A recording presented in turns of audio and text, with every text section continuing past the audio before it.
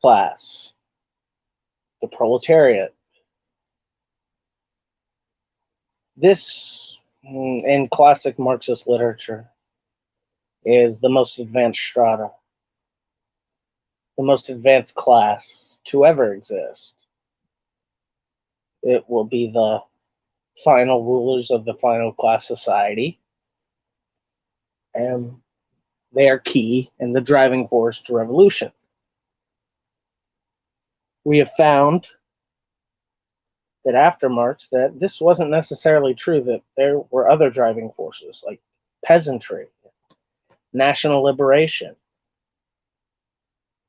But in the end, what did hold true is that the most advanced strata, the only strata that can build socialism, is the working class.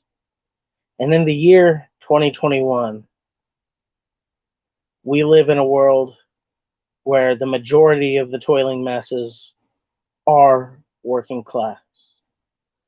Of course, there are isolated examples of lumpenization, continuing existence of peasantry, but the majority of the toilers of the world have been proletarianized and are working class.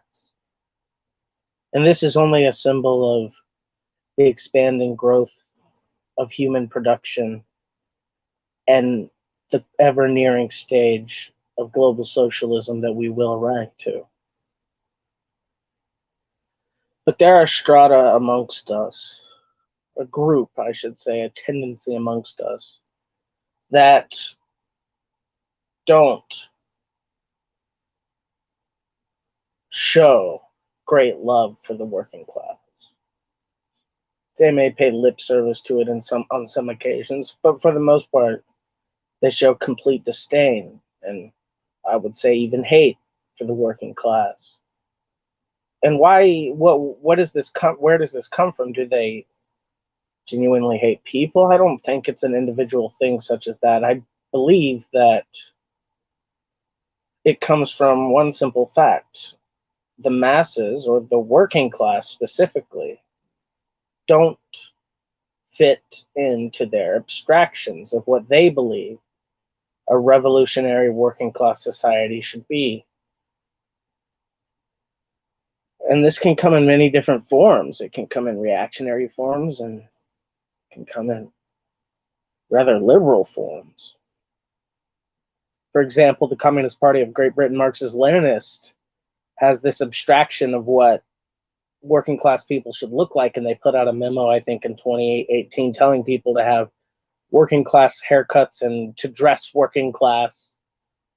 And of course, the majority of people in the 21st century, especially in the West, this doesn't appeal to the working class person that way. They don't want to all be dressed up uniformly like the early 20th century socialists, which were really experimenting in the social relations between people and how the difference in clothing and can represent different social status. But we obviously have moved beyond that, well beyond that. And there's still some relics of it in like the Zhongshan Shu, but that's mostly, a ceremonial thing at this point. And then there's the opposite side of it. It's a disdain from groups, many Maoists, that hold the working class to this super woke standard, and that if they're not totally down for decolonization, national liberation, socialism, trans liberation, LGBTQ liberation, then automatically, if they're not for that, automatically they're written off. They're no longer useful. These are reactionaries. These are counter-revolutionary. And while in the West, this can be an isolated group of people on the internet or in a city that don't really accomplish much except for alienating people from them, which is typically what we see. But then you get to places like Peru, where peasants defending themselves from violence they don't understand are considered counter-revolutionaries and are murdered and are terrorized. And it comes back to this one simple thing. The ultra-left believe the working class should change to their abstractions of what revolution and the working class should be, and not the other way around, which is we as communists should be adapting to what the working class are and appeal to their sensibilities and fight for revolution. Because the people that make revolution are not the communists. People that make revolution are the working class, are the peasantry, and these people don't want to be lorded over by someone in their woke high towers. So there are many ways that you show this disdain for the working class, whether it's overt or inadvertent. A lot of it is completely dismissing hundreds of millions of people for simply being conservative, for example, for holding conservative views. And let me tell you now, the conservative working class people understand more about the working class ever than some Marxist who looks down on the working class ever could. And these are the people that will be doing revolution, whether you like it or not. And their values won't match up with yours. And the majority of these people are from the global south, and their values definitely don't match up with yours. So whenever you project your position, your abstractions onto these people, they're going to objectively reject your positions because it doesn't speak to them as humans. It doesn't speak to them as the working class. And they don't want to listen to you tell them how you're right and they're wrong. They want to listen to people who can clarify what's going on around them, can organize them, and push them towards a better future that you can give them a true vision of. And this, like, the disdain that you people have for them, it's downright hatred. Imagine if a working class person came up to them and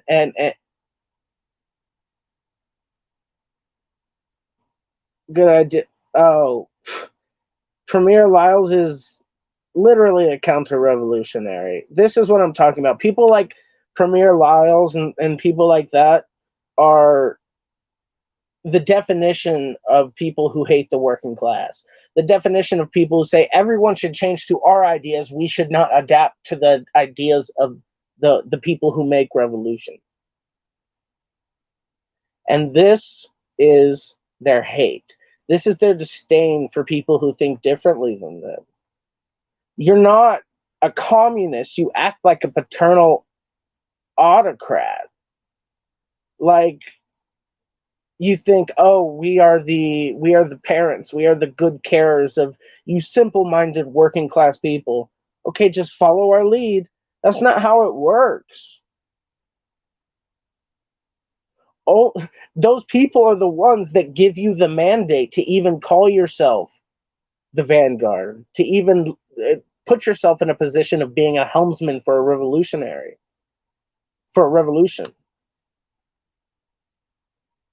Sailing seas depends on the helmsman, but if the helmsman doesn't have a fucking boat or a crew, it doesn't matter. If the helmsman says, that boat is not good enough for me, it's not right, it doesn't fit to what I imagined the boat to be, the crew isn't what I imagined the crew to be, I'm going to wait for this to change, the boat and the crew.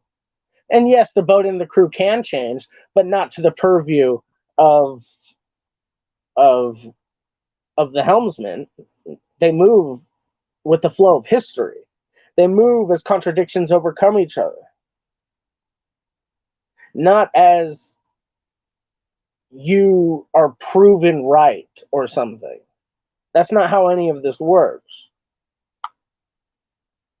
The working class hate people like ultra-leftists. They hate Maoists. They hate left communists. They hate Trotskyists. They hate anti-revisionist people for a very specific reason. And it's because these people expect them to just listen to their unproven ideas, listen to their abstractions and adapt and just follow them, as opposed to those people adapting in the other way around. Yeah, there's yeah, the Maoists are not people you want to hang around if you're a working class person. Um, Maoists are certainly not people you want to hang around if you're a working class person because they don't like you. They don't care about you. What they care about is being right. They care about people following their ideas. They don't care about having correct ideas. They care about their abstractions being perceived as correct, not the other way around. Que onda, Chabelo? What's up, comrade, dude? Good to see you. I can't watch that debate bro stuff. I really can't. It's just like nails on a chalkboard. I hate debating in general. I believe in presenting a point, a position, and a point. And if someone wants to respond to it, clearly, and you have time to respond to it in turn, that can be a lot more constructive. But even then, I don't find that constructive. I don't find that very useful. I find the most useful thing is to find people who don't have uh, the same ideas, but aren't going to just fight each other, but instead have a dialogue, as Marxist as we should. Um,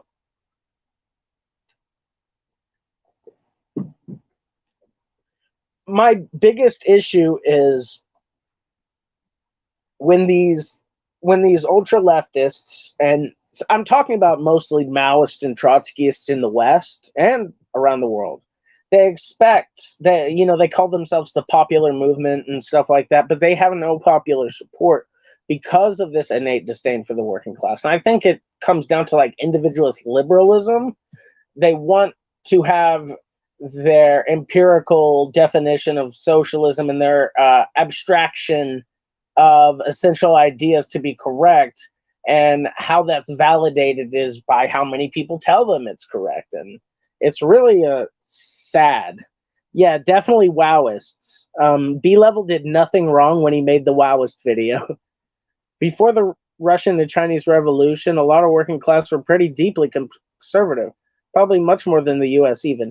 In China, the working class is still deeply conservative. They still are deeply tied to their traditional values. But that doesn't mean the same thing that it does in a capitalist society. It doesn't mean the same thing as it does in a reactionary society. It just doesn't. And we saw how the working class masses and the peasantry of China reacted to the Cultural Revolution. And to this day, people who lived through it still talk about it with just hate and fear. And that's the ultimate representation of, I feel like the Cultural Revolution is the ultimate manifestation of ultra left hate for working class people, and it's horrible. Confucianism is a part of modern Chinese society. Have you read Xi Jinping? Xi Jinping is dripping with Neo-Confucianism. Neo-Confucianism is a response to reactionary Confucianism. It's Confucianism of New China, not Confucianism of Old China. Confucianism itself is not reactionary or conservative. It's just a philosophy. Yeah, this is a lot of people like start criticizing Confucianism and they don't even know what it is. They couldn't tell you what it is. It's really deeply tied to statecraft, duty, duty to ancestor, duty to nation. It's not. It doesn't. I mean, it doesn't have a lot to do with conservatism. Now, there are reactionary versions of Confucianism, but that could be the same with a lot of things. Maoism is a downward spiral. Maoism is nothing. It's liberal nothing. It only gets people hurt with its disdain for the working class. That's all it does. And there's much more than Xi Jinping thought. And Marxism Leninism is just, it's not some immortal science. It's nothing like that. Marxism Leninism is a tool of clarification and a method of organization. And it is based off of a method of analysis called dialectical materialism. It's nothing more and nothing less. Xi Jinping thought is an organic manifestation codified by of the Chinese people under socialism, and during his time codified by the party and Xi Jinping. It's not an advancement or anything like that. It is a clarification of what is happening in China by the Marxists. Yeah, exactly. Exactly, Kobe. Or Kobe. I'm not sure how to pronounce your name. But Maoists focused on terrorizing, then winning Mao support, is because they truly believe, a lot of them, that they'll win some support by doing some violent deed. And it's really confusing, honestly. Yeah, I know what you mean. I know you weren't totally serious. I just got to clarify, because a lot of people, when they watch, a lot of stuff is lost, sarcasm and stuff like that. Um, but there's a reason that Maoists have never succeeded in revolution, and the only thing that they cite is actual socialism was an objective failure to the Chinese people. So it's kind of like, this deters many people away. Yeah, Castillo was right to deviate himself away from the ultras. Well, Castillo was never really a part of the ultras. He was a part of a peasant union that became a legal wing that broke away from Gonzalo to be more involved with legal politics, called Moadef, and it was like a peasant thing.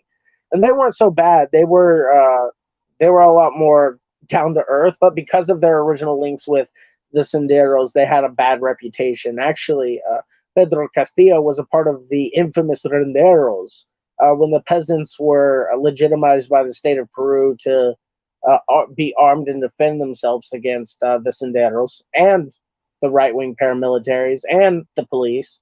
And because of that, the Maoists hate him, but he was just a peasant leader defending his home from crazy ultra leftists that the peasants didn't want anything to do. Go and look at the interviews that people have had with indigenous peasants out in Peru about the Senderos. They fucking hate the Senderos.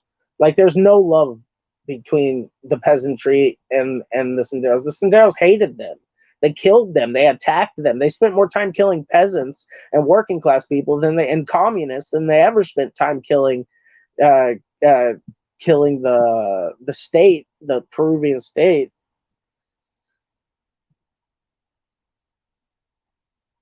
I thought he once identified as a communist, but he started identifying more of a socialist. No, his party is the Marxist-Leninist Party, but he himself has never been a quote-unquote communist. He is a socialist and an anti-imperialist, but more along the stripes of like an Evo Morales or Hugo Chavez, someone like that. But there are a lot of communists involved with what's going on, which is why people are so excited. And he's a militant anti-imperialist. So yeah. So much for the immortal MLM, immortal failure, more like it. The immortal multi-level marketing communist organizations. Here, join our group and sign up your friends. We're gonna go do violent stuff. The majority of the Senderos massacres, around 200, mostly civilians and peasants. Yeah, it wasn't prolific, but what they did was enough to forever rot in the minds of Peruvians what a communist is. And it wasn't until Free Peru and Pedro Castillo that this even started to change. And let's just hope that these people who have brought horrific conditions to the working class because of their hate and disdain for the working class, let's hope that we move beyond them and that they get left in the dustbin of history. We're no longer living in a world where something like focal theory can succeed. It's just not the world we live in anymore. I'm not saying that armed revolution isn't something that could happen, and it's obviously succeeded in the past. It's been vindicated by its success, and guerrilla warfare has even been vindicated in the year of our Lord 2021. like the Taliban have used guerrilla warfare, but there's one thing that separates all of these other groups from the Maoists, and it's simple. It's popular support. You don't have a protracted people's war, you just have a protracted war. and the people surrounding it don't want to be involved, which is why you're not winning. I'm anxious for the future as well. I don't wish violence, I don't wish war, but the future in my lifetime, I'm not terribly old. I'm 29. I certainly expect there's going to be a lot more violence, and to believe that there isn't violence even here in the West, even here in the United States, is foolish. I mean, we see it. We see black people being killed on the streets for simply being black. We see trans people being raped and murdered simply for being trans. We see working class people being worked to death. We see their safeties being stripped away, all benefits being stripped away, people losing their jobs and becoming lumpenized, people starving to death, working class jobs being uh, uh, totally shut down and shipped to be exploited abroad while people here languish. It's not good. Yeah, I mean, Portland's a protest city, but for sure, like, people aren't happy. There's discontent, there's violence, and the state sanctions violence against the poor, activists, indigenous peoples. You know, they kill these people, they imprison these people, they take away their lives. You know, there's no peace here, right? There's no peace in this country. But to think that today we could pick up arms and start some popular war, you're dreaming. Americans, or many people in the world for that matter, are not ready for war. Many of them are sick of it. Many of them want peace. Do you think Taliban, or do you think Afghanistan's ready for a socialist war? No, I think they're ready after constant wars since the 70s to have some time of peace.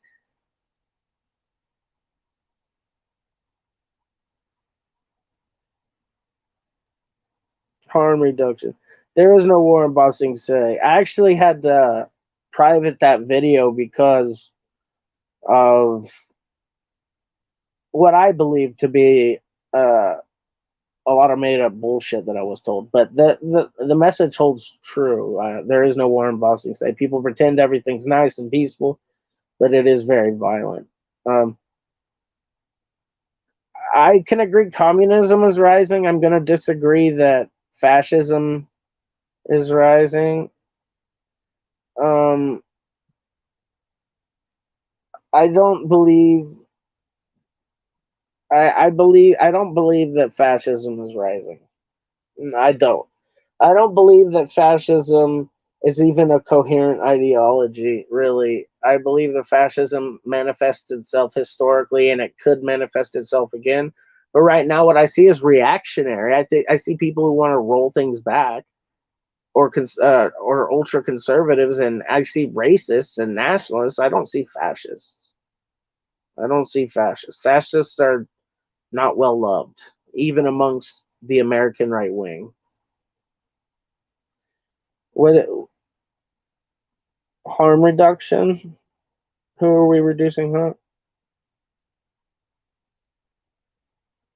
Yeah, the reactionaries. I understand Europe. I have seen Europe. I've seen a lot of reactionaries, and I see small fascist groups. But like, I don't believe the government of Poland is fascist. I believe that they're traditional Catholic reactionary right wing autocrats. But I don't believe that fascism has a very different meaning. I don't think this right wing racist reactionary position is inherently fascist. I don't think this is the last saving grace of capitalism. Not quite yet.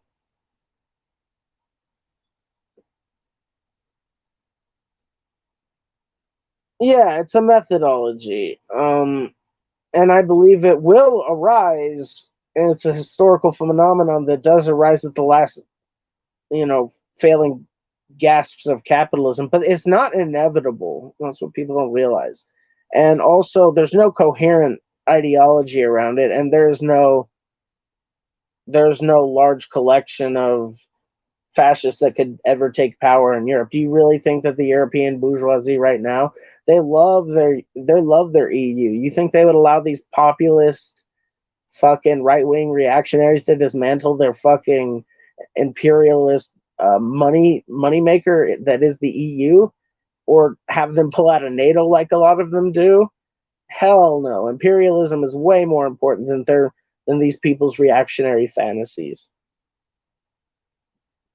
Yeah, that's true. Biden did collaborate with Ukrainian reactionaries. Oh, the Ukrainian government is fascist. I would say. Yeah, libertarians, but I would say not really even libertarians, but like neoliberals. Libertarians are at least anti-war, which is one thing.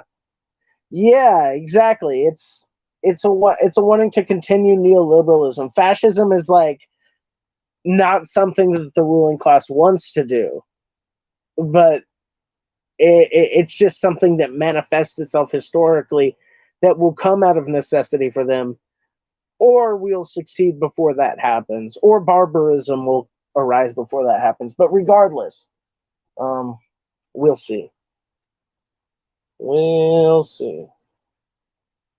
Yeah, fellow Texan out there, Russell Bentley. You can follow his YouTube channel. He puts up a lot of neat stuff. He does a lot of good community work out there in Donetsk. Russell Bentley. Yeah. Russell Bentley's someone that loves the working class, unlike the ultra left. Yeah, right. It's like a protection from a global capitalist crisis, right? So naturally, you'll see more protectionist and economic nationalism from a fascist than you would a classical reactionary or a neoliberal or anything like that.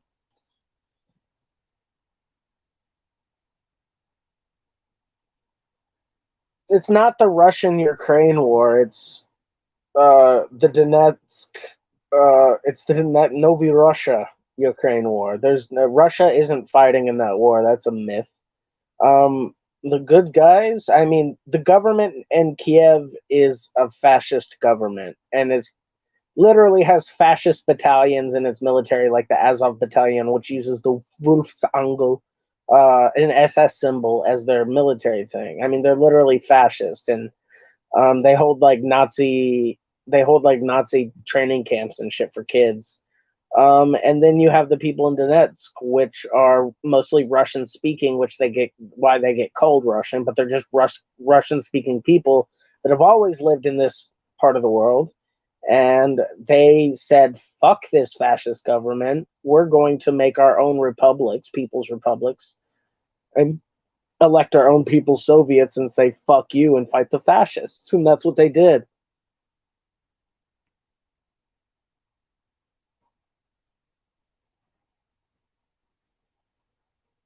Yeah, I'm a Jew too. Let me tell you why this is silly. I mean, Israel's committing genocide, and they're filled with Jews.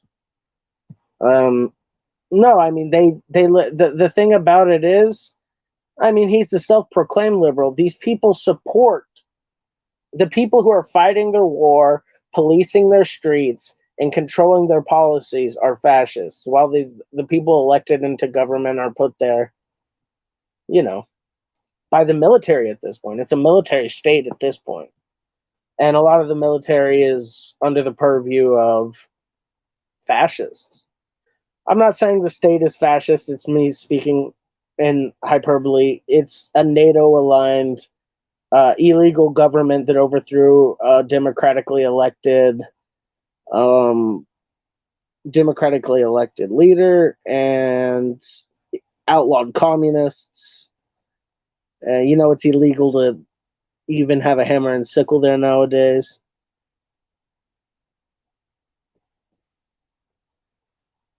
Yeah, there's a lot of different folks. There's reactionaries, there's communists, there's nationalists. There's all sorts of folks fighting there. What I call Modi's government fascist. I mean, a lot of Indian comrades tell me it is. I can't make a decision one way or the other, but I believe that the ideology of Hinvatu is extremely reactionary and has fascistic elements to it, and definitely is inspired by esoteric fascism for sure. Um, So, I mean, you can't ignore that. Like the RSS, for example, is an explicitly fascist organization in my mind. The RSS certainly is, but is the wider Hinvatu movement fascist? I can't say. I'm not that well versed to say. Lugansk. Well, Crimea is not at war. Crimea is an autonomous region that's a part of Russia now. Crimea is not at war. It's a part of Russia now. But yeah, I would say Modi's government is fucked up and that it should be completely replaced. But I also say that the INC isn't so much better.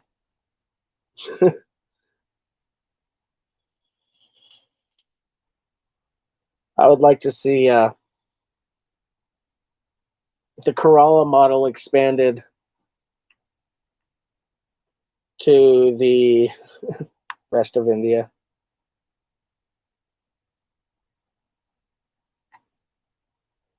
That's cool.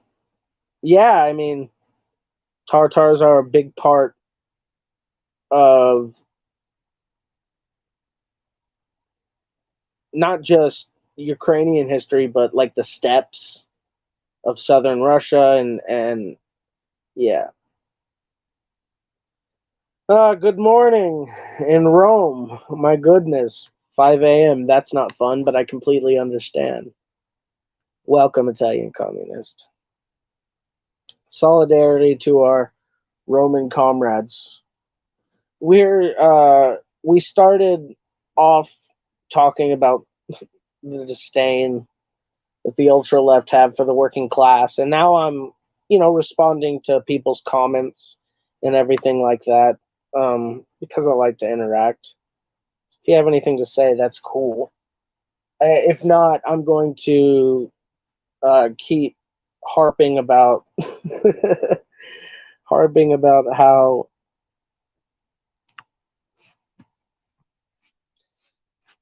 harping about how the what GKN, what union is that?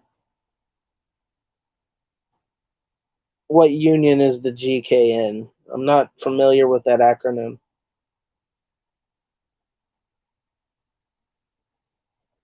Yeah, I mean, I couldn't agree more. I really did talk about I really did talk about that in my video called "The Curse of Perpetual War," and how you can see one group of people who are genuinely helping the masses and another group of people who are putting them through perpetual violence. So we certainly know. V, your name is familiar. Are you Indian, V? I think I've seen you comment before, and I think you mentioned you might be Indian. I'm not sure. But if you are, welcome. We love our Indian comrades here. Indian communists are some of the most amazing comrades on the planet. They will have your back no matter what. And they always say "dear comrade," which makes me feel very nice. They're very sweet. It's an enterprise. The workers in Florence. Oh, Firenze. Is it Firenze? I can't. Firenze. I don't know how to say it. In Florence, have been on strike for some weeks. What enterprise is GKN? What kind of solidarity to the striking workers in Florence? Solidarity to the CPI Marxists? Ah, you're Eastern European. Well, Slava. Slava. We love our Eastern Europeans too. Eastern Europeans built a whole bunch of socialism. We can't ignore that. There's so much to be learned. And plus, without Eastern Europeans, we wouldn't have Gopniks. Um, we wouldn't have white people who could squat in a comfortable position. We wouldn't have um, we wouldn't have we wouldn't have really good counter-strike teams. The world would be a less wonderful place. I really need to learn more about Eastern Europe outside of its socialist history. And I know a lot about like historical events and geography and stuff because of school, but like when it comes to just modern cultural things, woof, it's over my head. Oh yeah, Adidas tracksuits, of course. Ooh. We love the Slavic peoples in all their shapes and sizes.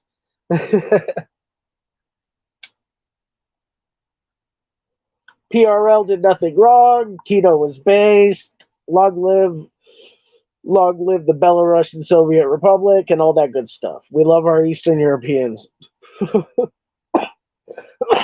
Excuse me. Kids, don't ever get addicted to cigarettes if you can avoid it. I don't smoke cigarettes anymore. I embarrassingly vape. The nicotine addiction is a hard one to kick. Not necessarily. Have you ever met Romanians? Hey, Romanians are not Slavs. Well, let me take that back. They don't speak a Slavic language, but they are Slavic. I lied to you all. Yeah, I have great comrades from the PRL, or not from the PRL, from Poland. One of them comes on the show sometimes. Comrade Tonio, I had a live stream the other day with her on, and she's awesome. An awesome comrade from Poland. They just had a massive, like, because you know how there's a huge uh, right wing Catholic government like going against LGBT stuff, and there was a massive LGBT march. It was like all across the country, not in just one place. I saw some footage from Katowice, and it was wild. Oh, okay. So these are like machinists and stuff and assembly line people. These are real working class people right here. So GKN is a company in uh, Florence, Italy that makes components for cars and airplanes, and now the workers are being fired en masse. And now the situation is turning back to normal, kind of. Oh, well, I hope a lot of so their strike isn't succeeding. Are they able to keep their jobs at all? Did the strike succeed in the slightest? Yeah, I was just looking at the polls today. I was shocked how close the most recent polls showed United Russia, because United Russia's been dropping, which is rare, and um, necessarily the Communist Party wasn't taking up that space. It was like independence and stuff. But recently, the Communist Party has been taking up the space where of undecided voters, and it's very interesting. The Peru has had a little bit of trouble with some of the people in the legislature since they don't have a majority in the legislature blocking some stuff, but the government was just approved and they're getting on with their policies, it seems. I don't know much other than that. Wouldn't that be great? Wouldn't that be great? Only better this time. Only better this time. Damn. Unfortunately, that's the problem with a lot of the unions in Europe, is that they're yellow unions, and a lot of them that aren't tied to communist parties eventually their leadership will capitulate to the bosses. Slava Stalin, da, tovarish. And that's the extent of my Russian. Stalin in Mandarin is just Stalin. I love Mandarin when they take foreign words and just make them into Mandarin. Like Italy is Italy, Italy. I love it. It's so cute. Or Canada's Canada. I love it. Oh, I love Mandarin. Language is very important, and I encourage everyone. I don't need to speak to people like Comrade Dude or V on this, or Italian communists, but those who have not learned a second language, please try. Communication is how we reach each other. Yeah, that's true. Microphone. But yeah, it'd be fun to have Chinese lessons, but well, yeah, actually, there is no translation. It's just like a phonetic transliteration to Mandarin characters. There's no meaning behind it. Yeah, actually. Um, so as we know, towards the earlier this year, actually, finally there was a truce between the Tobruk in the east government and the Libyan National Army in the east, um, under the warlord Khalifa Hafar, and in the west, the Western-backed government, or the Government of National Accord in Tripoli. In 2020, actually, the LNA in the east um, nearly actually took Tripoli. They started their siege, but they got pushed back when Turkey sent troops. Um, as of last year, or at least 2019, the LNA was backed by Russia. But just so people know, the warlord Hafar, he was one of the key figures in overthrowing the socialist Gaddafi government. But now there's peace, and there is uh, going to be elections in December, late December, and the three candidates are the warlord, someone from the government of national accord, some Western puppet who gives a fuck, and most importantly, Muammar Gaddafi's son, and a rebirth of the political party upholding the third political theory. And um, so those are the three candidates, and I don't hold much hope for Gaddafi to win, but I hope it brings an opportunity for the socialists and the anti-imperialists to get a foothold back in that country. Um, I'm optimistic, but also not an idiot. Um, oh, Man of Steel in Mandarin. Um, um, uh,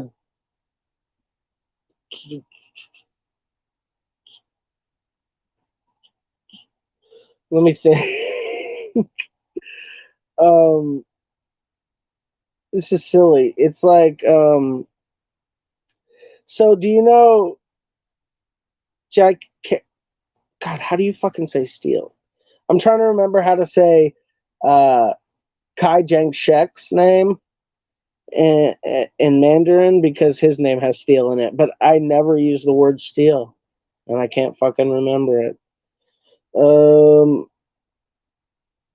if I can tell you, if I can tell you, what the word steel in Mandarin is, I can tell you how to say Man of Steel.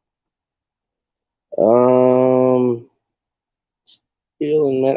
I'm literally looking it up. For Gang. Okay. So so what you would have to say, Man of Steel or just Steel Man? Well, there's Man of Steel. There's not really of. I mean, there is, but it would not make a lot of sense. So what you would say is Gang Gangnam Ren Gangnam Ren Gangnam Ren. Oh, sorry. I literally haven't spoken Mandarin in so long. I need to I need to practice. Hi, what did you miss? We started talking about how the ultra left hates the working class, and and it's well, you can watch that after we're done here. Now I'm just taking questions and everything like that. But let me write that down for you, Gangnam post comment, because Naran is man and Gang Nah.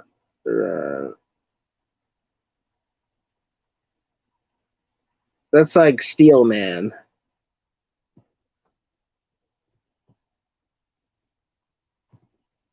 Oh, I can speak Mandarin. 我可以说普通话. I just forgot what steel was.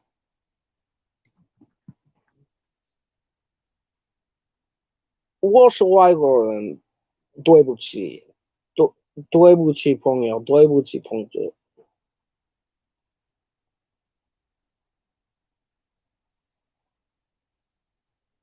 Oh, I can imagine. Italian is one of the best. And all the Italian communist songs, Lenin is telling her to pronounce the stress in the lot. Dang. So there's this really cool Italian movie I saw. It's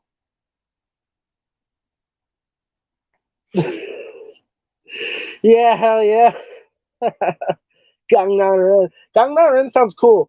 I had to remember because okay, because a lot of revolutionaries at the turn of the century in China, like Sun Yat Sun, they chose these names. They weren't their given names.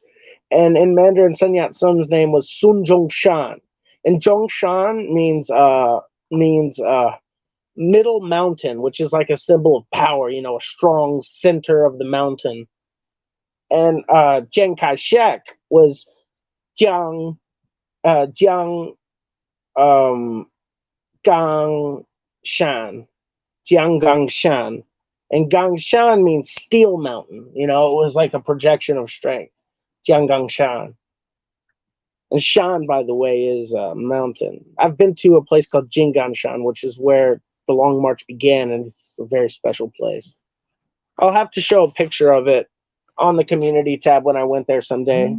Even though I was totally in boy mode back then, it's still cool. I was with in a picture with party members and one of their kids, and it was a cool. It's at the entrance of the place. It's a really cool place. If you want to see a country that really cares about their people, go to China. Hell, go to any socialist country. It's just a different. People just think differently there. The idea of ultra leftist to them is comical. When I first got to China, I still had a lot of ultra leftist tendencies that took me a while to break. Absolutely, the sun is red over Jinganshan.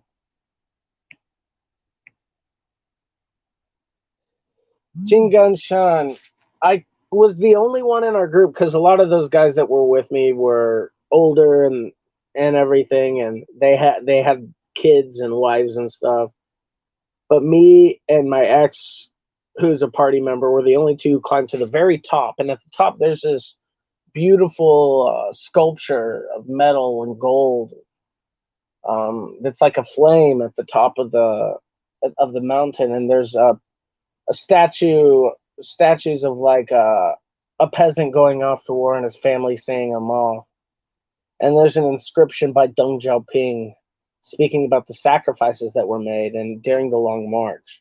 What people don't realize is that Deng Xiaoping was a part of all of that. Deng Xiaoping was a revolutionary from the beginning. Oh, you've been as well. Oh, it's amazing.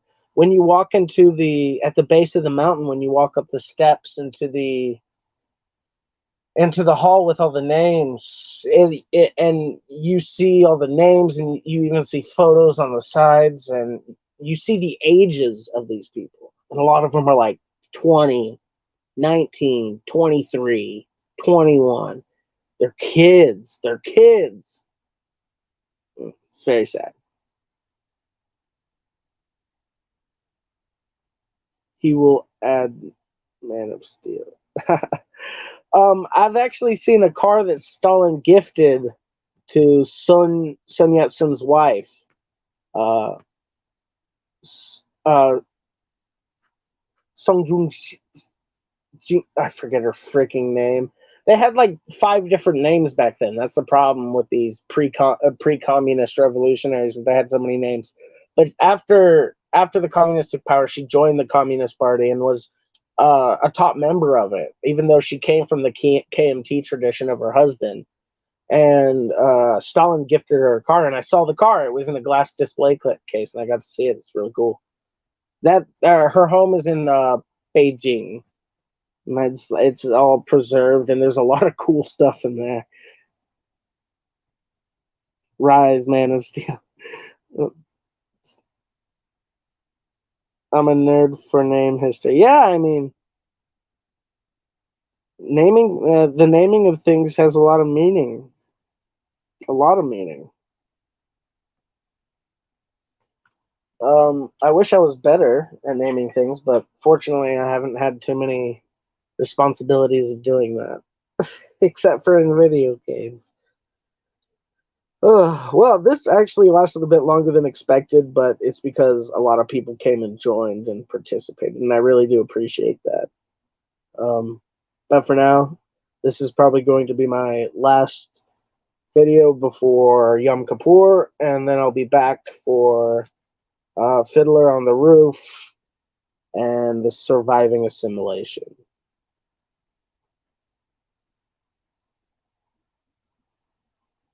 Yeah. And these are the types of people these people that sacrifice themselves that the ultras today would hate because of their views not lining up with theirs. And this is all you need to know about ultra leftists. Solidarity, comrades, and shalom.